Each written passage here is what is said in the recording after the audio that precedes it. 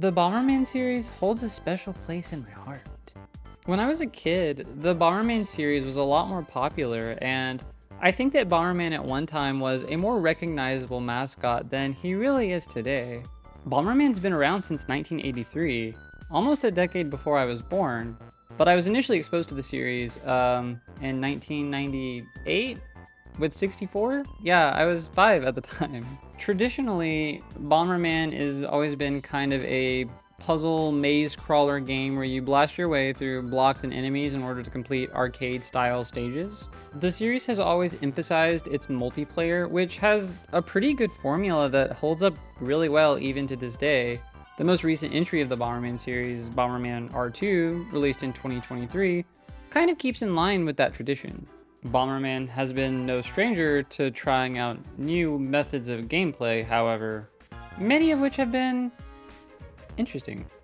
But after playing more of the pre-Bomberman 64 titles as I grew up, and the newer games as they came out, I recognized the 64 era of Bomberman as Hudson Soft's most ambitious era for what they hoped that Bomberman could be. So today, we're going to look at Bomberman 64 and Bomberman 64 The Second Attack, and examine their legacy. We're going to look at where they succeeded, where they failed, and why I think it's a special era that we're unlikely to ever get again. We're not going to be looking at Bomberman Hero today because even though I think it's a really incredible game, I would rather talk about it in a retrospective for the 3D platforming era of the Nintendo 64, and I think that Bomberman Hero deserves a spot in that conversation instead, so stay tuned. Bomberman 64 was released in 1997, and it was the first 3D Bomberman game, which by default kind of makes it a really exciting time for the franchise. Being an early 90s millennial, this is the title that I think of when I think of Bomberman. It completely shifted away from the grid-based maze gameplay that had largely defined the series up to this point. Instead of being mazes, the stages were more like puzzle boxes. They really encouraged the player to explore the stages and learn what makes them tick. And that made it a really interesting combination of kind of relaxing, but also really challenging. Instead of the bombs being used purely to clear your way through mazes and to defeat enemies, 64 incorporated it in platforming, and it was really clever. Landing on bombs that you set would make you bounce. So if you set up your bombs in a way that you could make a bridge, you could reach areas that were higher than you can normally reach, and you could cross distances that you otherwise wouldn't be able to cross. It's an important technique to really be acquainted with if you're trying to complete the game to its true ending. To get to the final area to get the true ending, you have to collect gold cards, which you acquire through completing challenges throughout the stages. And it offers a really nice replayability factor to the areas that you might have gone through without collecting all of the gold cards. Bomberman 64, and honestly, all of the Bomberman games on the 64 have really amazing soundtracks. And the track that you're listening to right now, if you've played Bomberman 64, you immediately recognize it. Whenever I hear the tracks again on my playlist, I'm always like, yeah, these really epitomize what 90s video game music was. And Hudson Soft got it right out of the gate with Bomberman 64. What really made me want to discuss the topic of the Bomberman 64 games is really that this was Hudson Soft's first attempt at having a more fleshed out plot. The Bomberman games up to this point didn't really have much of a story other than maybe bad guy do bad thing, find bad guy, stop bad guy, or get out of the maze, something to that effect. They were primarily just maze-based multiplayer games, and that's really all they ever tried to be before this point. With Bomberman 64, we get a little glimpse into something more than that. I think it's very easy to overlook though, because the overall plot is still very simple at its core. Random bad guy comes to threaten the world, clear stages to defeat the bad guy and his henchmen. But here, we have character portraits and text dialogue. We're introduced to the conflict of the story by Sirius, who serves as the tutorial NPC, and is our patron who also wants to stop the bad guys. We see him and are able to interact with him at different points of the game, And when we talk to him, we learn a little about his backstory and that he wants revenge for Altair and his henchmen killing his family. Looking at Bomberman 64 retrospectively, this impresses me a lot more than it did when I was younger or even before I replayed the game again. For what is a fairly superficial plot, it's actually really nice to have this little bit of world building and character background information. You're like, oh, I actually have a reason to fight the bad guy because he just killed this dude's family. We even get the beginning of an ongoing rivalry with one of Altair's henchmen, Regulus, who makes a reappearance in 64 The Second Attack as a pretty important character. The other members of the masked trio henchmen are kind of just there to strike a pose and for you to beat the shit out of them. And you get to do a little celebration when you sink Orion into the Lake of Magma. I like the little nod to religious imagery with Orion's machine being named Hades. I feel like that kind of thing used to be more common in games and you don't really see it much anymore. I think it's a nice little cherry on top. Later, we discover that our good friend Sirius is actually the real bad guy. All of the stories he told us were just a facade so that way Bomberman would help him get his power back so that instead he could destroy the planet. Like I said, it's not really a narrative masterpiece, but it's not intrusive to the gameplay at all because these little story elements and text interactions happen in such short bursts in the course of your playthrough. It's a pleasant overlay that gives your time playing some contextual meaning. And I think it enhances the game in a way that wouldn't be as memorable without it. It marks an important moment where you can see that Hudson Soft wanted Bomberman to be more than just an arcade-style multiplayer game. Though the multiplayer mode in Bomberman 64 and pretty much all the Bomberman games is super fun. I remember to unlock the secret stages in the battle mode, you had to press start really fast on the title screen. All in the arm, baby. A couple years later, we got Bomberman 64 The Second Attack in 2000. And holy shit, that was 25 years ago.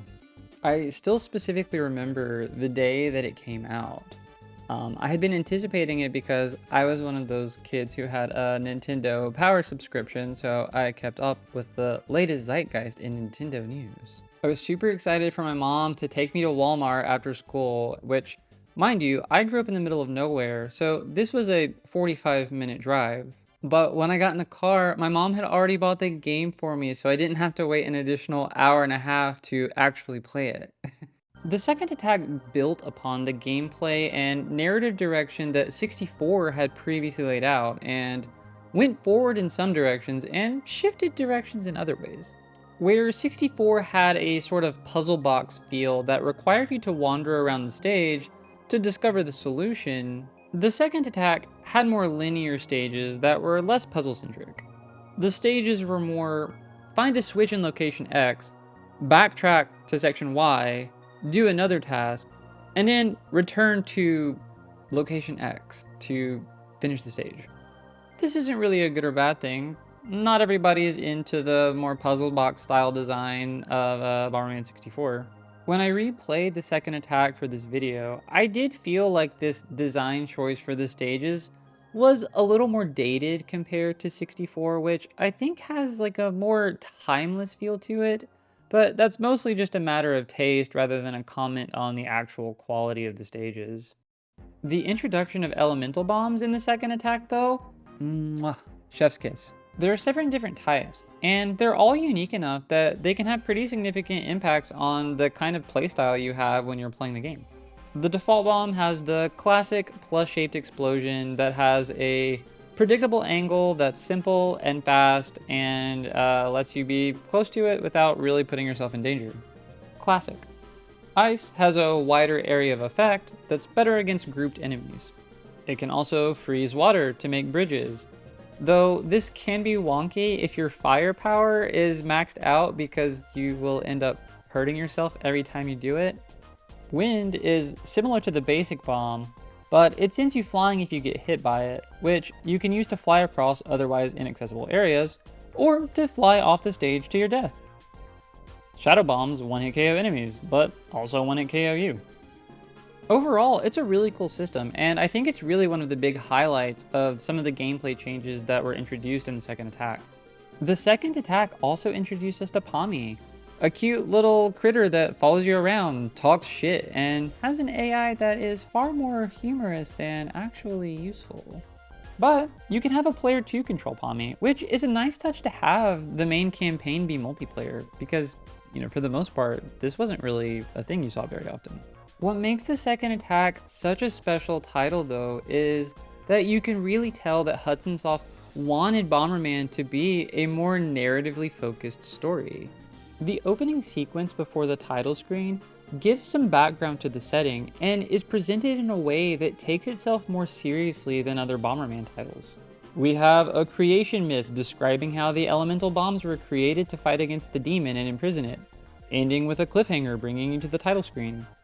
For the characters, it took the occasional background information given from a character portrait in 64 and really tried to give the characters in Second Attack unique personalities and interactions through their dialogue. The Astral Knights, who are basically the Power Rangers but the bad guys, and their leader Rukafelth, who Byleth from Fire Emblem fucking wishes he could be, are great antagonists for the Bomberman series. Every time you complete a stage, you get to see them all in their war room discussing what to do about Bomberman. What's so great about it, though, is that you get a feel for who the characters are. You see the tensions between the knights who don't get along. You see them poke fun at each other and hype themselves up to be the ones to take Bomberman down. And it's not something that you ever see in the Bomberman titles. We even have our old friend Regulus, who has adopted the alias Bullseye to let you know just how edgy and serious he is now. The dialogue is not Shakespeare, but whenever you reach the boss on each stage, it's always so satisfying to fight them because it's like, hey, I know this character, and there's been genuine build-up into meeting and seeing what their boss fight is like. Because other Bomberman games just don't have this. They're usually just one-note enemies that you have to assume what their personalities are at face value based on what their bomber name is. Beauty Bomber being the shallow, cute, pink bomber, for example. Compare that to Zale, who doesn't need to be named Sassy Reads You to Filth Bomber to make it obvious to the player what her personality is. And she's an infinitely more fun character because of it. I feel like Hudson Soft just really nailed it with getting these characters to be fun and interesting and not out of place in a franchise that is as not serious generally as Bomberman is. The Astral Knights are cool, the Big Bad and the Pirate Lady are hot, and they're both really compelling characters. Lilith's motives are pretty hard to decipher throughout the first part of the game, and her dialogue in each stage was something to look forward to get more insight into what her role in the plot would be. And the plot is actually serviceable, even if it's fairly straightforward. The bad ending is actually really sad. The comedic relief is relieving. It sounds like it would be a weird mishmash of narrative tones since Bomberman as a mascot has always been a mega goody two-shoes who just wants to save the world, but it works. I think comparing the Astral Knights and their dialogue to the Power Rangers kind of demonstrates why it works. At the heart of the plot, there's an evil demon trying to resurrect himself, and you're the hero who's tasked with stopping him. It's dressed up more gravely than you would expect from a Bomberman game, but the characters executing the plot are not so heavy-handed that you feel like you're just constantly beaten over the head with how serious the plot is. Sadly, I don't think we'll ever get another Bomberman game that cares about its characters as much as the second attack did. In 2012, Hudson Soft was absorbed by Konami and no longer exists. Konami thus far hasn't shown that it has any interest in taking the Bomberman series in the direction that the 64 games seemed like they might have been heading towards. Like I mentioned previously, R2 was released in 2023 and technically had a story mode, but the game was completely marketed around the online battle royale kind of gameplay, and it really shows. Don't play the story mode. I'm not gonna let you do that to yourself. To be honest though, despite its many flaws, Bomberman's gameplay formula actually works really well as a battle royale game, and I enjoyed it quite a bit for like a week. But I long for a world where Bomberman gets to be the star of an epic story again. Unfortunately, Hudson Soft had already been moving away from that direction even prior to the acquisition from Konami, likely due to the mixed reception of the second attack. Bomberman Generation for the GameCube improved significantly on the go through the corridor and do all the stuff gameplay from second attack, and holds up a lot better today in that regard, even though admittedly I'm partial to the more puzzle box style of 64. But it had a complete turnaround from attempting to have a more character-driven story. Similarly, Jetters made no attempt at going back to the storytelling style of Second Attack, being a somewhat generic title with mostly the same gameplay from Generation and callbacks to the Bomberman anime. We did get Bomberman Act Zero. I'm not subjecting you to that today either, but let me know in the comments if you would like for me to. It's a doozy in the worst way. All that to say, I think that Bomberman 64 and 64 the Second Attack are relics of the past. At the very least, Bomberman isn't a dead franchise. It seems like Konami does have an interest in keeping the series alive, even if they don't have any grand ambitions for the franchise at present. So I think we just have to be okay with that for now. That was cathartic. Revisiting the 64 games reminded me how much I enjoyed and cared about them. And I think they had a real charm that never got fully explored to their best potential. I think Hudson Soft's pivot away from the storytelling of the second attack was actually really premature and handicapped the series to being relegated to having a multiplayer formula that works and holds up fairly well, but is likely to never release a big hit again if the series continues on its current trajectory. Anyway, if you made it this far, I appreciate it. I encourage you to like the video and subscribe to my channel. I have an unhealthy amount of idle time that I spend daydreaming about video game topics that I'd like to talk about. So I hope that you'll stick around. Okay, bye.